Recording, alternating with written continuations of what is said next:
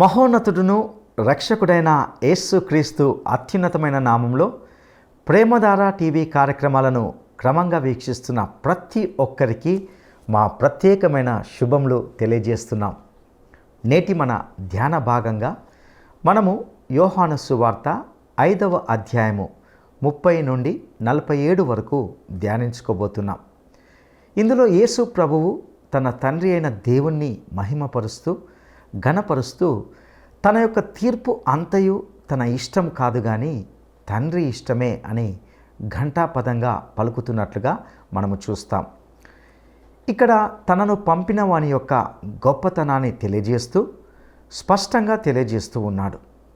యేసు ప్రభువు నా అంతటా నేనే ఏమీ చేయను, చేయజాలను అని ఈ భాగంలో చెప్పడం ద్వారా ఆయన దైవ మానవునిగా తన తండ్రి అయిన దేవుని చిత్తానికి పూర్తిగా ఎలా అంకితమైపోయాడో మనం అర్థం చేసుకోగలుగుతాం. తాను చేసిన క్రియలే యేసు దేవుని కుమారుడని, తండ్రి అయిన దేవుడే ఆయన్ని పంపాడని సాక్ష్యమిస్తున్నట్లుగా ప్రభువు ఇందులో చెప్పాడు. యేసు నిలిచిన చోట, మాట్లాడిన చోట అద్భుతాలు జరిగినాయి. ఆయన స్పర్శ, ఆయన చూపు అద్భుతాలు చేసినవి.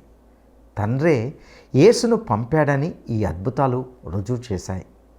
ఆనాటి మతనాయకులు లేఖనాలను పరిశోధించే పనిలో దానిలోని ముఖ్య సారాంశాన్ని, ఉద్దేశాన్ని మర్చిపోయినప్పుడు ఆయన వారిని గద్దించినట్లుగా ఇందులో చూస్తాం. వారిని ఉద్దేశించి ప్రభువు పలికిన లోతైన అనేక సత్యాలను వినడానికి మనము సిద్ధపడదామా? ప్రియ శ్రోతలు, మీ బైబిళ్ళు తెరవండి.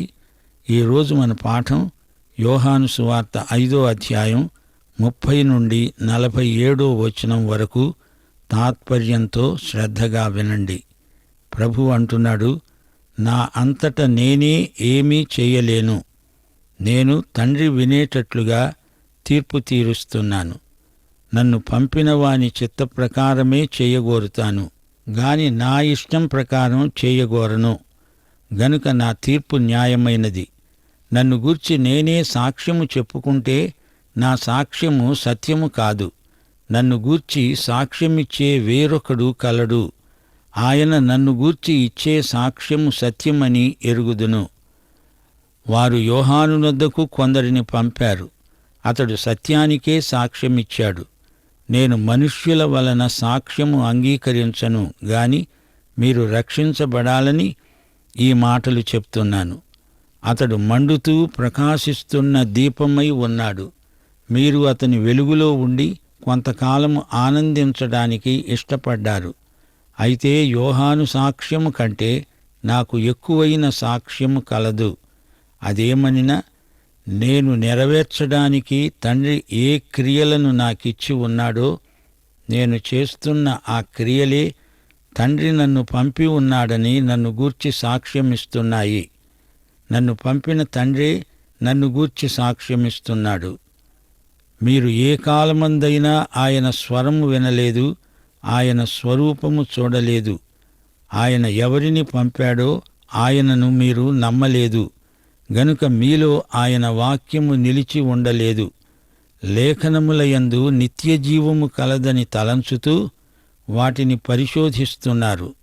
అవే నన్ను గూర్చి సాక్ష్యమిస్తున్నాయి. అయితే మీరు జీవము కలిగేటట్లు మీరు నా వద్దకు రానొల్లరు. నేను మనుష్యుల వల్ల మహిమ పొందేవాడను కాను. నేను మిమ్మును ఎరుగుదును. దేవుని ప్రేమ మీలో లేదు. నేను నా తండ్రి నామమున వచ్చి ఉన్నాను. మీరు నన్ను అంగీకరించరు. మరి ఒకడు తన నామమున వచ్చిన ఎడల వాణ్ణి అంగీకరిస్తారు. అద్వితీయ దేవుని వలన వచ్చే మెప్పును కోరక ఒకని వలన ఒకడు మెప్పు పొందుతున్న మీరు ఎలాగు నమ్మగలరు? నేను తండ్రి వద్ద మీ మీద నేరము మోపువాడనని తలంచకండి. మీరు ఆశ్రయిస్తున్న మోషే మీ మీద నేరం మోపుతాడు. అతడు నన్ను గూర్చి రాశాడు. గనుక మీరు మోషేను నమ్మినట్లయితే నన్ను నమ్ముతారు. మీరు అతని లేఖనములను నమ్మని ఎడల నా మాటలు ఎలా నమ్ముతారు? ప్రియ సోదరీ సోదరులారా, వింటున్నారా? నా అంతట నేనే ఏది చెయ్యను అంటున్నాడు యేసు ప్రభువు. యేసు దేవుడే అయినా మన కోసం మనిషి అయ్యాడు. తండ్రికి తనను తాను లోబరుచుకున్నాడు. తండ్రి చిత్తానికే పూర్తిగా అంకితమైపోయాడు. మరి నీ సంగతి, నా సంగతి ఏమిటి? నీలో పాత స్వభావముంది. అది నీ స్వంత చిత్తం. అది దేవునికి లోబడదు. సహజంగా మనము దేవునికి విరోధులమవుతాము. ఈ పాతది పోవాలంటే నీవు కొత్తగా పుట్టాల్సిందే. ప్రభువు నికోదేముతో ఇదే మాట అన్నాడు. నీవు కొత్తగా జన్మించాలి. నీవు కొత్త స్వభావం పొందాలి. శరీరానుసారులు దేవుణ్ణి మెప్పించలేరు. శరీరమూలముగా జన్మించినది శరీరం, ఆత్మ మూలముగా జన్మించినది ఆత్మ. యోహాను సువార్త 3:6 శరీరం దేవునికి తిరుగుబాటు చేస్తుంది. శరీరానుసారి దేవుని కృపకు మహిమకు వ్యతిరేకంగా పనిచేస్తాడు. ఆదాము హవ్వలు ఏదెను తోట నుండి బహిష్కృతులైంది మొదలుకొని పరలోకపు గవినికి బయటనే ఉండిపోయారు. శరీరానుసారి అయిన ఆదామీయుడు ప్రతి ఒక్కడూ దేవుని ఆత్మకు వ్యతిరేక నినాదాలు చేస్తూనే ఉన్నాడు. యేసు అధికారం వాస్తవమైనది, తిరుగులేనిది. 2-3 నోటి సాక్ష్యముంటే వ్యాజ్యం గెలుస్తుంది. యేసు తనను గురించి తాను సాక్ష్యమివ్వడమే కాదు, మరో సాక్ష్యముంది. అది యోహాను సాక్ష్యం కాదు, మనుషుల సాక్ష్యం కాదు. యోహాను సాక్ష్యము కంటే విలువైన సాక్ష్యం.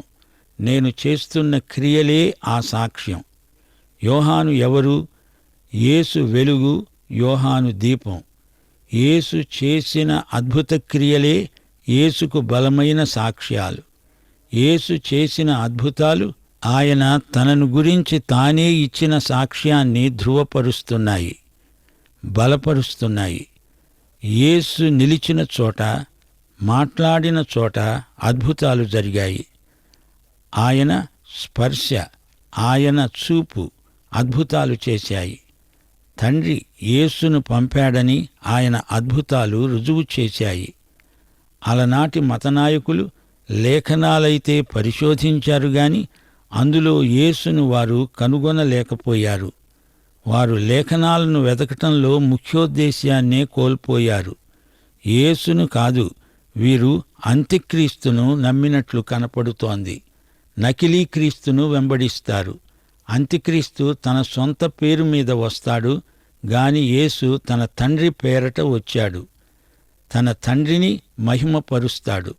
అంత్యక్రీస్తు తనను తానే మహిమపరుచుకుంటాడు. ఈ మతనాయకులు పరస్పరం అభినందించుకుంటారు. వీరికి మనుషుల మెప్పు కావాలి, దేవుని మెప్పు కాదు. బైబిలు మన పవిత్ర లేఖనాలు. మోషే రాసిన పంచగ్రంథాలు యేసును గురించే సాక్ష్యమిస్తున్నాయి. ఆదికాండం, నిర్గమకాండం, లేవియకాండం, సంఖ్యాకాండం, ద్వితీయోపదేశకాండం, ఈ పంచగ్రంథాలలో ప్రతి పుటలో యేసు ప్రభువే సాక్షాత్కరిస్తాడు. అంతేకాదు, బైబిలంతటా యేసు సాక్షాత్కారమే, ప్రత్యక్షమే. పాత నిబంధన పునాది, కొత్త నిబంధన ఆ పునాది మీద కట్టడంలోని పై అంతస్తు.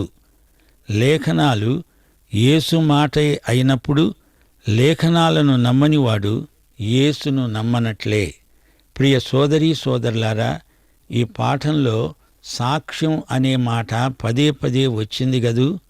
కొత్త నిబంధన మొత్తంలో సాక్ష్యం అనే మాట 136 సార్లు వస్తుంది. బాప్తిస్మమిచ్చిన యోహాను గొప్ప సాక్షి. యేసుకు మనుషుల సాక్ష్యం కంటే గొప్ప సాక్ష్యమున్నది. యోహాను ప్రజలను వెలుగు వద్దకు నడిపించాడు. ప్రజలు రక్షించబడాలంటే యోహాను సాక్ష్యంలోని ముఖ్యోద్దేశ్యాన్ని గుర్తించాలి. ఇదిగో లోక పాపమును మోసుకొని పోయే దేవుని గొర్రెపిల్ల అని సాక్ష్యం ఇచ్చినవాడు బాప్తిస్మమిచ్చిన యోహాను. యేసు చేసిన అద్భుతాలు యెషయా గ్రంథం 35:5-6 ప్రవచన రీతిగా పేర్కొనబడ్డాయి. గుడ్డివారి కన్నులు తెరవబడతాయి, చెవిటివారి చెవులు విప్పబడతాయి, కుంటివాడు దుప్పివలే గంతులు వేస్తాడు, మూగవాని నాలుక పాడుతుంది, అరణ్యంలో నీళ్లు ఉబుకుతాయి, అడవిలో కాలువలు పారుతాయి. యేసును తిరస్కరించిన వారికి ఆయన వాక్యం రుచించదు. యేసును ప్రేమించేవారు ఆయన వాక్యాన్ని కూడా ప్రేమిస్తారు. యోహాను సువార్త 6వ అధ్యాయం 45వ వచనంలో ప్రభు అన్నాడు, వారందరూ దేవుని చేత బోధించబడతారు అని ప్రవక్తల లేఖనములలో రాయబడి ఉన్నది. గనుక తండ్రి వలన విని నేర్చుకొనిన ప్రతివాడు నా వద్దకు వస్తాడు. 1 యోహాను 5వ అధ్యాయం 9 నుండి 12వ వచనం వరకు. మనము మనుష్యుల సాక్ష్యము అంగీకరిస్తున్నాము గదా. దేవుని సాక్ష్యము మరీ బలమైనది. దేవుని సాక్ష్యము ఆయన తన కుమారుణ్ణి గురించి ఇచ్చినదే. దేవుని కుమారుని యందు విశ్వాసముంచేవాడు తనలోనే ఈ సాక్ష్యము కలిగి ఉన్నాడు. దేవుణ్ణి నమ్మనివాడు ఆయన తన కుమారుణ్ణి గురించి ఇచ్చిన సాక్ష్యమును నమ్మలేదు గనుక అతడు దేవుణ్ణి అబద్ధికునిగా చేసినవాడే. ఆ సాక్ష్యమేమనగా, దేవుడు మనకు నిత్య జీవమును దయచేశాడు. ఈ జీవము ఆయన కుమారుని యందున్నది. దేవుని కుమారుణ్ణి అంగీకరించేవాడే జీవము గలవాడు. దేవుని కుమారుణ్ణి అంగీకరించనివాడు జీవము లేనివాడే. యేసు ప్రభువును ప్రతిఘటించే ఈ మతనాయకులకు దేవుడు ఎవరో తెలియదు. దేవుని గురించిన దర్శనం వారికి బొత్తిగా లేదు. దేవునికి వారికి మధ్య సహవాసము లేదు. దేవుని వాక్యం రక్షణ సందేశమే. ఈ వాక్య సందేశం వారిలో లేదు. ఈ మతనాయకులు ఆయన స్వరము విన్నవారు కారు, ఆయన స్వరూపము చూచినవారు కారు. అందుకే ఈ విధంగా ప్రవర్తిస్తున్నారు. యేసును నిరాకరిస్తున్నారు. అద్వితీయ సత్యదేవుడు పంపిన క్రీస్తును ఎరుగుటే నిత్యజీవం. ఆయనను వీరు నమ్మటం లేదు. దేవుని వాక్యము వారిలో నిలిచి ఉండలేదు. వాక్యము ఎవరిలో నిలిచి ఉంటుందో, సమృద్ధిగా నివసిస్తుందో వారు యేసును ప్రేమిస్తారు. వాక్యం సజీవమైనది. అది మనల్ని నింపాలి. వాక్యం వంటబట్టాలి. వాక్యపు తలంపులు, వాక్యం సూచించే పరిష్కారము, వాక్య జలశుద్ధి, వీటి వల్ల మనం దేవుని బిడ్డలమని అందరికీ తెలిసిపోతుంది. ఇప్పుడు వాక్య స్వరం వినేవారే రేపు వాక్స్వరూపి అయిన క్రీస్తును చూడగలుగుతారు. బైబిలును నమ్మటమంటే బైబిలు గ్రంథకర్త అయిన దేవుణ్ణి, ఆయన కుమారుణ్ణి నమ్మటమే. 39వ వచనంలో ప్రభువు వారిపై ఒక సవాలు విసిరాడు. లేఖనములలో నిత్యజీవమున్నదని తలంచుతున్నారు. అది సరైన తలంపు. లేఖనాలు సజీవమైనవి. యూద మతనాయకులు ఎంతో శ్రద్ధగా పాత నిబంధన గ్రంథం పఠిస్తారు, పరిశీలిస్తారు, పరిశోధిస్తారు. లేఖనములోని భాగాలను క్షుణ్ణంగా నేర్చుకుంటే, వల్లిస్తే రాబోయే యుగంలో వారికి భాగం ఉంటుందంటూ వారు గట్టిగా నమ్ముతారు. 49వ వచనంలో వారి అభిప్రాయం వెల్లడించబడింది. ధర్మశాస్త్రము ఎరుగని ఈ జనం శాపగ్రస్తమైనది అన్నారు. సోదరీ సోదరులారా, వింటున్నారా? వాక్య పఠన మాత్రమే మన గమ్యము కాదు. వాక్య పఠన మనల్ని భక్తి జీవితానికి నడిపించాలి. దేవుని జ్ఞానం మనకు అనుభవ జ్ఞానం కావాలి. యేసులాగా జీవించటానికి మన బైబిలు పఠన దోహదపడాలి. అదే బైబిలు అధ్యయనంలోని ముఖ్యోద్దేశ్యం. ఆ యూద మతనాయకులు, వారి దృష్టి చూడండి, అది పూర్తిగా మసకబారిపోయింది. అందుకే పౌలు 2 కొరింథీ 3వ అధ్యాయం 15వ వచనంలో అన్నాడు, నేటి వరకు మోషే గ్రంథము వారు చదివేటప్పుడెల్లా ముసుకు వారి హృదయాల మీద ఉన్నది. వారి హృదయము ప్రభువు వైపునకు ఎప్పుడు తిరుగుతుందో అప్పుడు ముసుకు తీసివేయబడుతుంది. యేసే వాగ్దానము చేసిన మెస్సీయా అని గుర్తించలేక ఆయనను అపార్థం చేసుకొని హింసించారు, వ్యతిరేకించారు. ఆయనను హత్య చేసే ప్రయత్నంలో ఉన్నారు. పాత నిబంధన బల్యర్పణ విధానానికి యేసే నెరవేర్పు అని, యావే యొక్క నిజమైన సేవకుడు యేసే అని, ఈయనే రాబోయే మహాప్రవక్త అని, మనుష్య కుమారుడని, దావీదు సింహాసనానికి ఈయనే హక్కుదారుడని, మహాప్రధాన యాజకుడని, దేవుని అద్వితీయ కుమారుడని ఎంత చెప్పినా ఆ మతనాయకులు గ్రహించలేని స్థితిలో ఉన్నారు. ప్రత్యక్షం ఎంత తేటగా ఉన్నా వారు చూడలేకపోయారు. చూడడానికి వారికి ఇష్టం లేదు. యోహాను సువార్త 3:19-20 వచనాలు ఇదే మాట అంటున్నాయి. వెలుగు లోకములోనికి వచ్చింది గాని తమ క్రియలు చెడ్డవైనందున మనుష్యులు వెలుగును ప్రేమించక చీకటినే ప్రేమించారు. నిత్యజీవమును పొందాలంటే వెలుగునొద్దకు రావాలి. గత్యంతరం లేదు. ఆ మతనాయకులు అనుకున్నారు, మేము ఈయనను గుర్తించటం లేదని ఆయాసపడుతున్నాడేమో. కాని ప్రభువు వారి అభిప్రాయాన్ని కొట్టేస్తూ అన్నాడు, నేను మనుష్యుల వల్ల మహిమ పొందేవాణ్ణి కాను. నేను మిమ్మును ఎరుగుదును. దేవుని ప్రేమ మీలో లేదు. అది అసలు సంగతి. వీరు ప్రభువును ఎరగరు. ప్రభువు వీరిని ఎరుగును. వీరి ఉద్దేశ్యాలు, వీరి ఆలోచనలు, వీరి కుటిల మత రాజకీయాలు ప్రభువుకు బాగా తెలుసు. యోహాను సువార్త 2:24-25 వచనాలలో చెప్పబడింది, యేసు అందరినీ ఎరిగినవాడు గనుక మనుష్యుని ఆంతర్యమును ఆయన ఎరిగిన దేవుడు. ఎవ్వడూ మనుష్యుణ్ణి గురించి ఆయనకు సాక్ష్యమివ్వనక్కర్లేదు. దేవుడంటే వీరికి ఏ కోశాన ప్రేమ లేదని ఆయనకు తెలుసు. దేవుడు వీరిని ప్రేమించినా వీరు దేవుణ్ణి ప్రేమించరు. మతం మీద ఉన్నంత ప్రేమ వీరికి దేవుని పట్ల లేదు. నిర్గమకాండం 20వ వచనం, ద్వితీయోపదేశకాండం 6వ 5వ. ఈ వచనాలను మతనాయకులు ఏం చేశారు? ఎక్కడ పూడ్చిపెట్టారు? నీ పూర్ణ హృదయముతో, పూర్ణాత్మతో, పూర్ణ శక్తితో నీ దేవుడైన యెహోవాను ప్రేమించాలి. దీనికి వీరేం జవాబు చెప్తారు? వారు దేవుణ్ణి విసర్జించారు. ఇది గొప్ప అపచారం, పాపం. సృష్టికి బదులు సృష్టమైన వాటిని ప్రేమిస్తున్నారు, ఆరాధిస్తున్నారు, సేవిస్తున్నారు. రోమాపత్రిక 1:25 ఇట్టివారికి తీర్పు తీరుస్తోంది. అట్టివారు దేవుని సత్యమును అసత్యమునకు మార్చి సృష్టికర్తకు ప్రతిగా సృష్టమును పూజించి సేవించారు.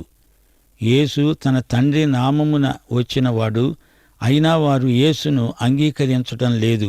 వీరు మతనాయకులుగా ఒకరిని ఒకరు మెచ్చుకుంటున్నారు.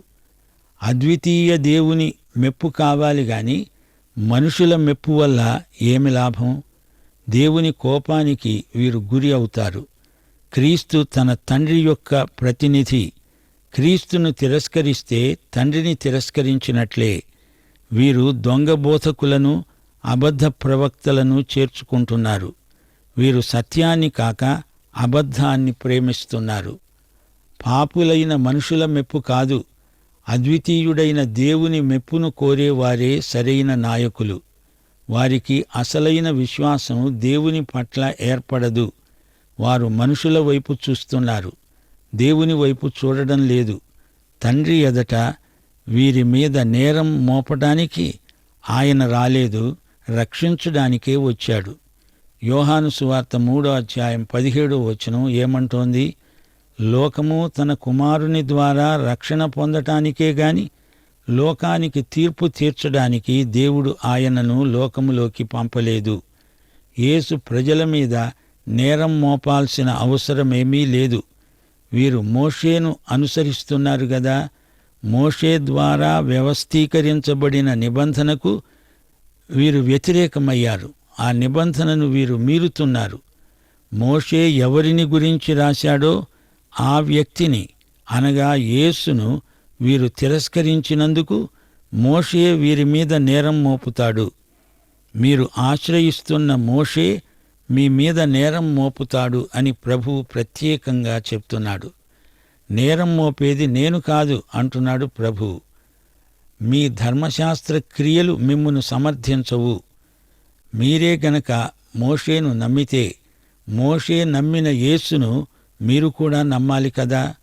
47వ ప్రభువు అన్నాడు, మీరు మోషే లేఖనములను నమ్మని ఎడల నా మాటలు ఎలా నమ్ముతారు? అవి ఏ లేఖనములో ప్రభువు చెప్పలేదు. అయినా మోషే యేసును గురించి చెప్పిన లేఖన భాగాలెన్నో ఉన్నాయి. మచ్చుకు కొన్ని వచనాలు మా శ్రోతలకు ఎత్తి చూపగోరుతాము. ఆదికాండం 3వ అధ్యాయం 15వ వచనం. దేవుడన్నాడు, నీకు స్త్రీకి, నీ సంతానానికి ఆమె సంతానానికి వైరము కలుగచేస్తాను.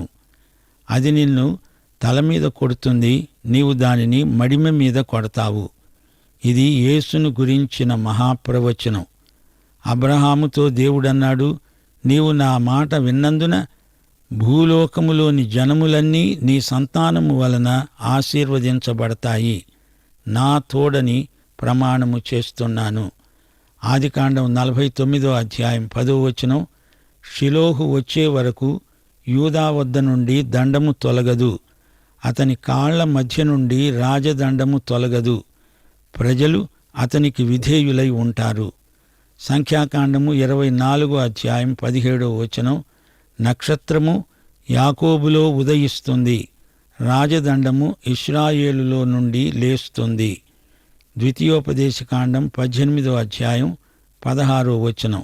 మోషే అన్నాడు, నీ దేవుడైన యెహోవా నీ మధ్యను నా వంటి ప్రవక్తను నీ సహోదరులలో నీ కొరకు పుట్టిస్తాడు. ఆయన మాట నీవు వినాలి. ఆ ప్రవక్త యేసే. ఈ ప్రవచనాలే కాదు, మోషే రచనల్లో ఎన్నో సంకేతాలు యేసునే చూపుతాయి. చూడండి, పస్కా, మన్నా, రాయి, బలులు, ప్రధాన యాజకత్వం, ఇవన్నీ యేసుక్రీస్తునే చూపుతున్నాయి. దేవునికి స్తోత్రం. లూకాసు వార్త 16వ అధ్యాయం 29 నుండి 31వ వచనం వరకు ప్రభువు చెప్పిన ఉపమానంలో అబ్రహాము లాజరుతో ఇదే మాట అన్నాడు. వారి వద్ద మోషే ప్రవక్తలు ఉన్నారు, వారి మాటలు వినాలి. నరకములో నుండి ధనవంతుడన్నాడు, తండ్రివైన అబ్రహామా, అలాగు అనవద్దు. మృతులలో నుండి ఒకడు వారి వద్దకు వెళ్ళిన ఎడల వారు మారు మనస్సు పొందుతారు. అందుకు అతడన్నాడు, మోషే ప్రవక్తలు చెప్పిన మాటలు వారు వినని ఎడల మృతులలో నుండి ఒకడు లేచినా వారు నమ్మరు. మోషే యేసును గురించి చెప్పిన మాటలు వీరు వినటం లేదు అంటే యేసును తిరస్కరిస్తున్నారనే అర్థం. యేసు ప్రభు యోహాను సువార్త 12వ అధ్యాయం 41వ వచనంలో ఏమన్నాడు? యెషయా యేసు మహిమను చూచినందున ఆయనను గూర్చి ఈ మాటలు చెప్పాడు. వారి కన్నులకు అంధత్వము, హృదయాలకు కాఠిన్యము కలిగింది, అందుకే వారు నమ్మలేకపోయారు. ప్రియ సోదరీ సోదరులారా, వింటున్నారా? వాక్యము అంటే యేసు ప్రభువే. ఆయన స్వరూపమే ఆయన స్వరం. వినండి, విశ్వాసులవండి. పాఠం ఇంతటితో సమాప్తం. మన ప్రభు అయిన యేసుక్రీస్తు వారి దివ్య కృప, తండ్రి అయిన దేవుని పరమ ప్రేమ, పరిశుద్ధాత్మ యొక్క అన్యోన్య సహవాసము మనకందరికీ నిత్యత్వము పర్యంతము తోడై ఉండునుగాక. ఆమేన్. ప్రియులారా, ఇంతవరకు విన్న సందేశంలో యేసు ప్రభు తన తండ్రి అయిన దేవుణ్ణి మహిమపరుస్తూ ఘనపరుస్తూ తన యొక్క తీర్పు అంతయు తన ఇష్టం కాదు కానీ తండ్రి ఇష్టమే అని తెలియజేసినట్లుగా మనం చూసాం. మనము తీర్పులోనికి రాక జీవంలోనికి రావాలి అంటే మనలోని పాత స్వభావం పోవాలి. నీలో ఉన్న పాత స్వభావం ఉన్నప్పుడు నీవు దేవుని చిత్తానికి లోబడలేవు. నీవు నూతన జన్మాన్ని పొందినప్పుడే నీలో ఉన్న పాత స్వభావం పోతుంది. పాతది పోవాలంటే మనము క్రొత్తగా జన్మించాలి. శరీరమైన మనస్సుతో దేవుణ్ణి సంతోషపెట్టలేం. అందుకే మనము ఆత్మీయంగా తిరిగి జన్మించాలి. లేఖనాలను నమ్మని వారు యేసును నమ్మనట్లే అనే సత్యము ఇందులో మనము చూసాం. యేసును తిరస్కరించిన వారికి ఆయన వాక్యము అంతగా రుచించదు. దేవుడు మనకు నిత్య జీవాన్ని దయచేశాడు. ఆయన జీవము ఆయన కుమారుడైన యేసుక్రీస్తు యందు ఉన్నది. ఇదే లేఖనాల సారాంశం. అద్వితీయ సత్యదేవుడైన యేసుక్రీస్తును ఎరుగుటయే నిత్య జీవం. ఈ నిత్య జీవానికి కారణమైన వాక్యము ఎవరిలో నిలిచి ఉంటుందో వారు మాత్రమే యేసును ప్రేమిస్తారు. వాక్యము సజీవమైనది కాబట్టి వాక్యము మనలో నివసించినప్పుడు మనము దేవుని బిడ్డలమని ఇతరులు గ్రహిస్తారు. యేసు వలె జీవించడానికి మన బైబిల్ మనకు దోహదపడాలి. అదే బైబిల్ యొక్క ముఖ్య ఉద్దేశం.